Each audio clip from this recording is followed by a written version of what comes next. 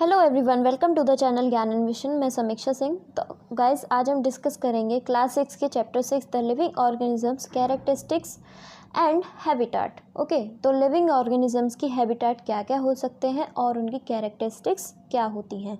ठीक है, तो आप सभी को पता है कि हमारी एनसीईआरटी साइंस की एमसीक्यू सीरीज़ चल रही है और 6 क्लास ऑलमोस्ट हाफ कंप्लीट हो चुका है। अगर किसी ने इससे पहले के सेशन नहीं देखे हैं तो आप डिस्क्रिप्शन में प्लेलिस्ट पे क्लिक करके सिंपली उन बाकी के सेशन को 5 जो सेशन कंप्लीट हुए हैं उनको कवर कर सकते हैं। ओके, तो बहुत ही ज़्यादा हेल्पफुल है ये सीरीज़ हमारी सभी कॉम्पिटिटिव एग्ज़ाम्स के लिए, क्योंकि हमें पता है कि जीएस बहुत ज़्यादा इम्पॉर्टेंट होता है और ख़ास करके नॉन आर्ट्स स्टूडेंट्स के साथ में यही प्रॉब्लम होती है कि उन्हें नहीं पता होता कि कवर कहाँ से करना है।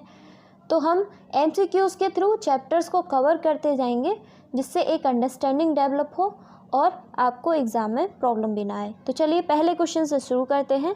तो पहला क्वेश्चन है हमारा, what is the basic structural unit of living organisms. सभी जीवों की मूल रचनात्मक इकाई क्या है। ठीक है, तो बेसिकली हमसे कहा जाता है कि structural and functional unit of life क्या होती है आपकी वो होती है आपकी सेल।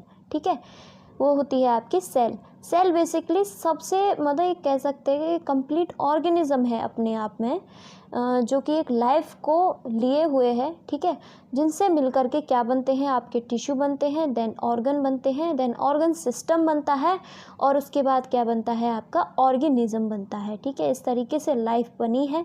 तो फंडामेंटल और स्ट्रक्चरल और बेसिक यूनिट अगर हम कहें तो वो होगी आपकी सेल। ठीक है, cell are the basic structural unit of all living organisms. They are responsible for carrying out various functions necessary for life. ठीक है, वेरियस फंक्शंस जैसे कि हमें पता है हम क्या करते हैं कि रेस्पिरेशन भी करते हैं, रिप्रोड्यूस भी करते हैं, हम एक्सक्रीशन भी करते हैं, हमारे अंदर फीलिंग्स भी होती हैं। तो ये सारी चीज़ें किस में होती हैं, बेसिकली एक सेल में फीलिंग्स प्रॉपर तो नहीं होंगी लेकिन बाकी की चीज़ें होती हैं। ठीक है, तो सेल भी एक कंप्लीट क्या है, अपने आप में एक लाइफ है। ओके, तो चलिए नेक्स्ट क्वेश्चन पे चलते हैं। नेक्स्ट क्वेश्चन है हमारा, which of the following is an example of unicellular organism. ठीक है, यानी कौन सा निम्नलिखित में से एक कोशिकीय प्राणी का उदाहरण है। यानी सिंगल सेल पूछा गया है यहाँ पे, एक सिंगल सेल यानी कंप्लीट ऑर्गेनिज्म होगा तो वो होता है आपका अमीबा। ठीक है, और अर्थवर्म जो है मल्टी सेलुलर होता है, बटरफ्लाई भी मल्टी सेलुलर होती है और पिकॉक भी आपका मल्टी सेलुलर होता है। ठीक है, और ये क्या होता है, आपका माइक्रोस्कोपिक ऑर्गेनिज्म होता है।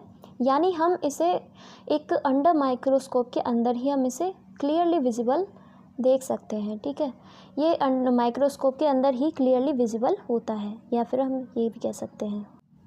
Question number 3, which of the following characteristics is not exhibited by living organisms. आपसे पूछा गया है कि बेसिकली लिविंग ऑर्गेनिजम्स की कौन सी कैरेक्टरिस्टिक नहीं है। ओके, तो लिविंग ऑर्गेनिजम्स रिप्रोडक्शन भी करते हैं या फिर प्रजनन भी करते हैं, ग्रोथ भी होती है उनके अंदर यानी वृद्धि भी होती है और मूवमेंट भी शो करते हैं। ठीक है, लेकिन वो इनएनिमेट नहीं होते यानी वो अजीब नहीं होते। वो अजीब हो जाएंगे तो फिर लिविंग ऑर्गेनिजम्स किस बात के। ठीक है, तो आपका जो ऑप्शन नंबर डी है वो करेक्ट हो जाएगा। चलिए नेक्स्ट पे चलते हैं। Which of the following is an example of N aquatic habitat. ठीक है, आपसे पूछा गया है एक्वेटिक हैबिटाट। एक्वेटिक यानी वाटर वाला जो हैबिटेट होता है यानी आवास जो होते हैं वो कौन से होते हैं। ठीक है, डेजर्ट होगा, माउंटेन होगा, फॉरेस्ट होगा या पॉन्ड होगा। ये बाकी क्या है, टेरेस्ट्रियल हैं, जबकि जो पॉन्ड है आपका वो क्या है, आपका एक्वेटिक हैबिटेट के अंदर आता है। ठीक है, चलिए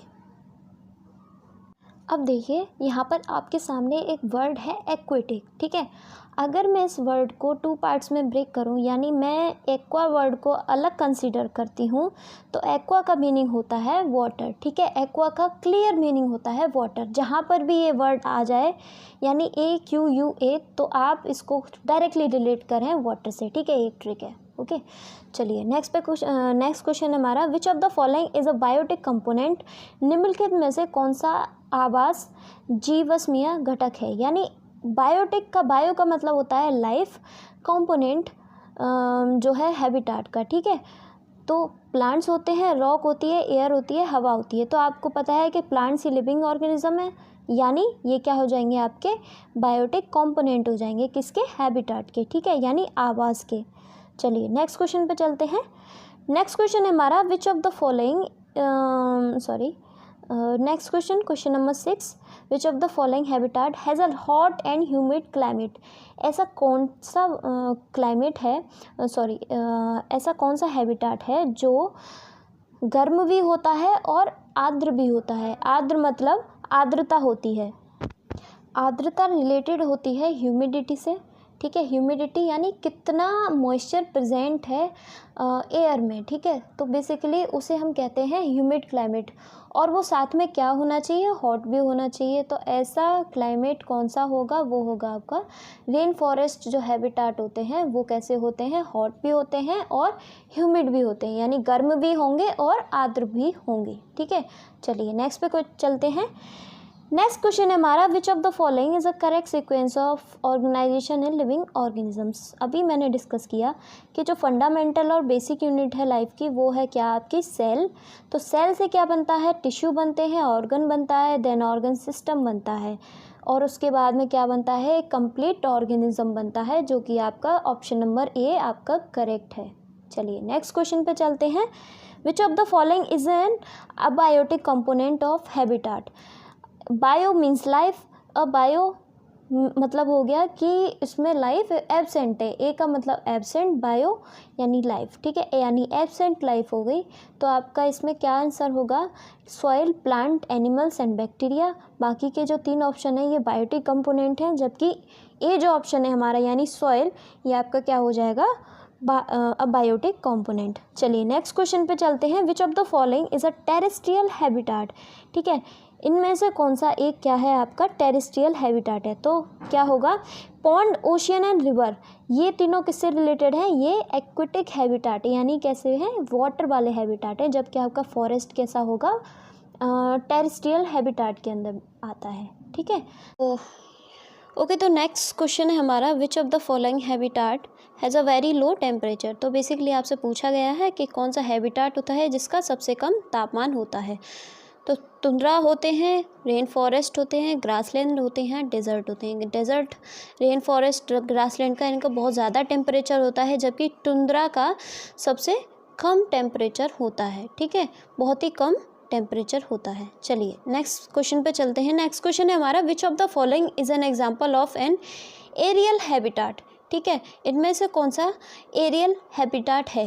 ओके, निम्नलिखित में से कौन सा आवास आकाशीय है, यानी आकाश में। तो आपको पता है प्लांट्स पे क्या बनाते हैं, बर्ड जो है वो घोंसले बनाती है, नेस्ट, यानी आपका ये क्या हो जाएगा, एरियल हैबिटाट के अंदर आएगा, ठीक है। अगर आपसे यहाँ टेरेस्ट्रियल पूछा तो लैंड से रिलेटेड हो जाता, और एक्वेटिक पूछ रहा है तो आपका वाटर से रिलेटेड होगा, ठीक है। चलिए नेक्स्ट पे चलते हैं। नेक्स्ट क्वेश्चन है हमारा which of the following is a fresh water habitat. यहाँ पे आपसे फ्रेश वाटर पूछा है, ये भी चीज़ आपको देखनी है कि आप से एक्वेटिक में कौन सी कैटेगरी पूछी जा रही है, आपसे सॉल्टी वाटर पूछा जा रहा है या फ्रेश वाटर पूछा जा रहा है।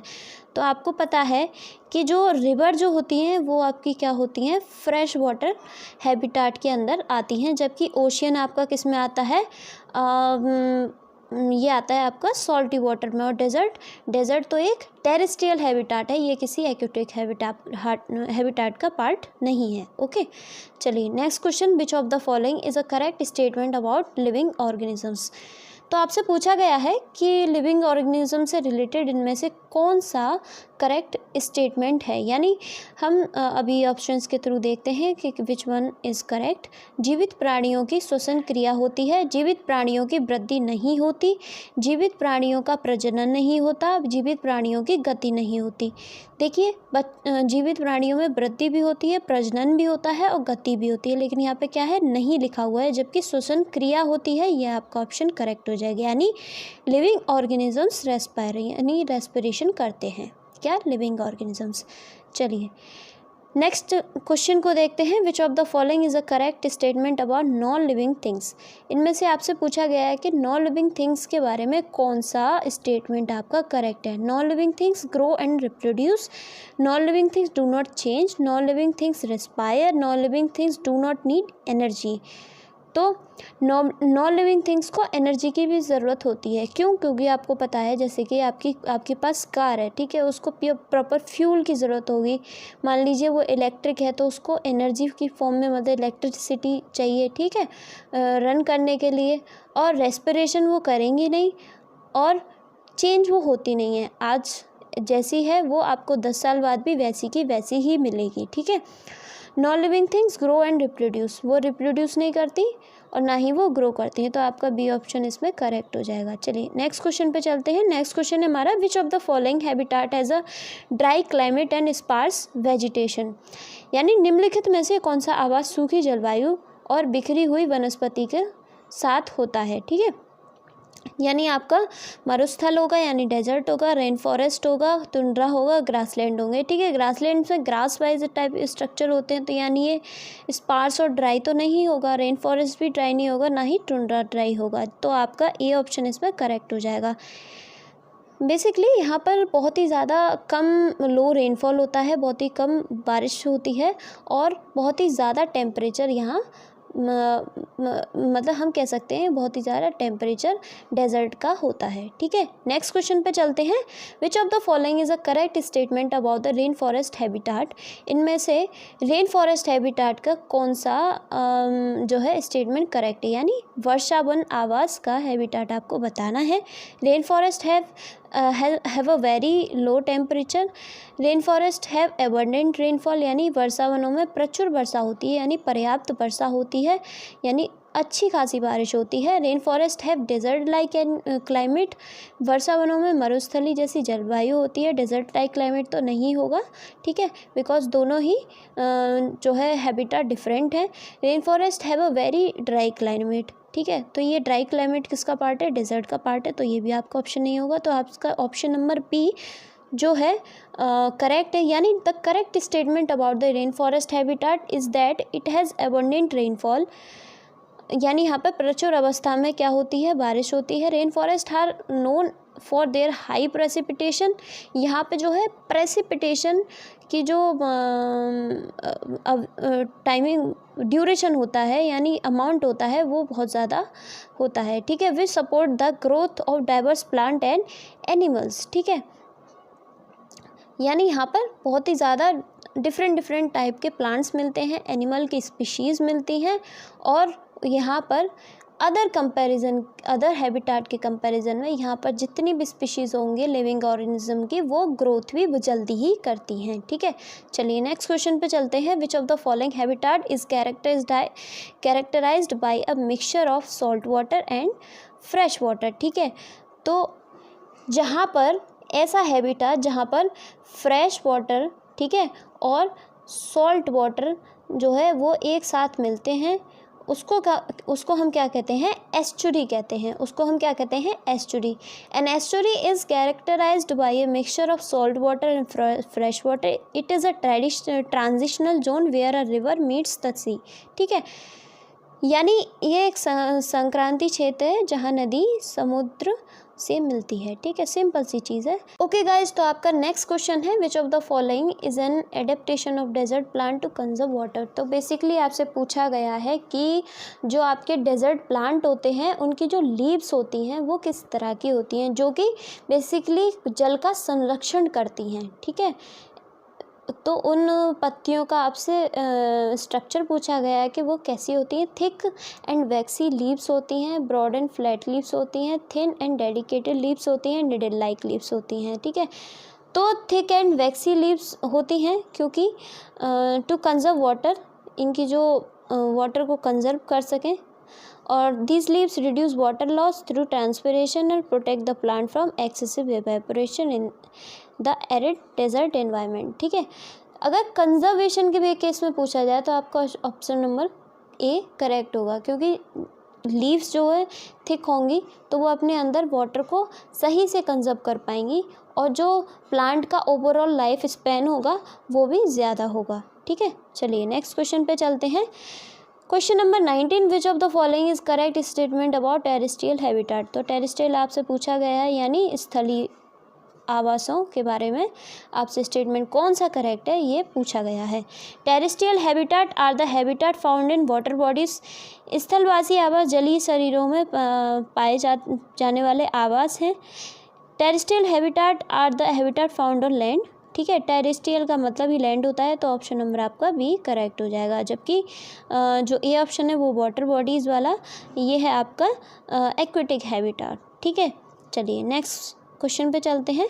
नेक्स्ट क्वेश्चन हमारा, which of the following is an adaptation of aquatic plants to live in water.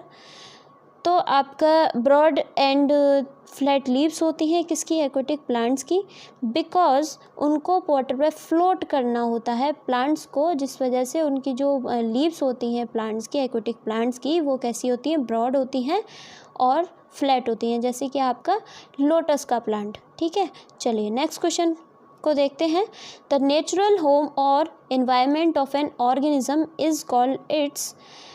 Adobe होगा, हैबिटेट होगा, या टेरिटरी होगा, या नीचे होगा, नीच। ठीक है, तो आपका बी ऑप्शन इसका करेक्ट हो जाएगा, यानी नेचुरल होम और एनवायरनमेंट ऑफ ऑर्गेनिज्म, यानी एक प्राकृतिक आवास किसी भी ऑर्गेनिज्म का वो क्या कहलाता है, आपका हैबिटेट कहलाता है। बेसिकली हमें किसी भी आवास की या फिर किसी भी ऑर्गेनिज्म को आवास की क्यों ज़रूरत होती है, कि उसको अपना रेस कंटिन्यू करना है, सबसे इम्पॉर्टेंट। ठीक है, उसको अपना ऐसा प्लेस चाहिए कि जहाँ पर वो अपनी रेस को कंटिन्यू कर पाए, यानी रिप्रोडक्शन कर पाए, अपने प्रोजेनी को सही से रख पाए, और आसपास के एनवायरनमेंट से प्रोटेक्टेड रहे, आसपास उसका जो है फूड प्रॉपर तरीके से उसको मिले, वाटर मिले इफ़ पर्टिकुलर ऑर्गेनिज्म को नीड है ज़्यादा तो, और इसी वजह से जो है हैबिटेट पर्टिकुलर ऑर्गेनिज्म का अलग होता है। ठीक है, तो इसका ऑप्शन नंबर बी आपका करेक्ट हो जाएगा। Question number 22, the adaptation of a polar bear to survive in cold climate is. तो पोलर बियर कहाँ रहते हैं, कोल्ड क्लाइमेट में रहते हैं, जैसे कि आपका नॉर्थ पोल, साउथ पोल हुआ। तो जितने भी कोल्ड क्लाइमेट होंगे वहाँ आपका पोलर बियर मिलेगा, इसी वजह से हम इसे पोलर बियर कहते हैं, क्योंकि ये पोल्स पे पाए जाते हैं। तो इनके किस तरीके से इनका बॉडी टाइप होता है जिसकी वजह से ये अपने आप को सर्वाइव कर पाते हैं, कहाँ पर, बहुत ही ज़्यादा हार्श कोल्ड क्लाइमेट में। तो इनका जो है थिक फर होता है और ब्लबर होता है, यानी मोटे बाल होते हैं और मोटापा होता है, यानी बहुत ज़्यादा फैटी होते हैं, जिसकी वजह से इनकी बॉडी में जो हीट है ना वो लॉस नहीं हो पाती, स्टोर रहती है। चलिए नेक्स्ट क्वेश्चन पे चलते हैं। नेक्स्ट क्वेश्चन है हमारा, अ habitat with suitable condition for a wide variety of organisms is called dash habitat. एक विभिन्न प्रकार के जीवों के लिए उपयुक्त स्थितियों वाला आवास को डैश हैबिटेट कहा जाता है, यानी स्पेसिफिक, हॉस्टाइल, यूनिक और डाइवर्स। डाइवर्स यानी विविध। ओके, तो बेसिकली वाइड वैरायटी आपसे पूछा गया है। वाइड वैरायटी मतलब डिफरेंट वैरायटीज़ होंगी, जब तक वो डाइवर्स नहीं होगा तो डिफरेंट वैरायटीज़ कैसे हो जाएंगी। ये बेसिकली वो दोनों वर्ड्स एक दूसरे से रिलेटेड हैं, तो आपका ऑप्शन नंबर डी करेक्ट हो जाएगा। चलिए नेक्स्ट क्वेश्चन पे चलते हैं। Which organism that live in water are called. पानी में रहने वाले ऑर्गेनिजम्स को क्या कहते हैं हम, एक्वेटिक ऑर्गेनिजम्स कहते हैं। ठीक है, चलिए नेक्स्ट क्वेश्चन। इस स्लाइड में इतने ही क्वेश्चंस थे। होप कि सेशन आपको पसंद आया होगा, समझ में आया होगा, और सेशन को लाइक करें, शेयर करें और सब्सक्राइब करें चैनल को। मिलते हैं नेक्स्ट सेशन में, तब तक के लिए बाय बाय।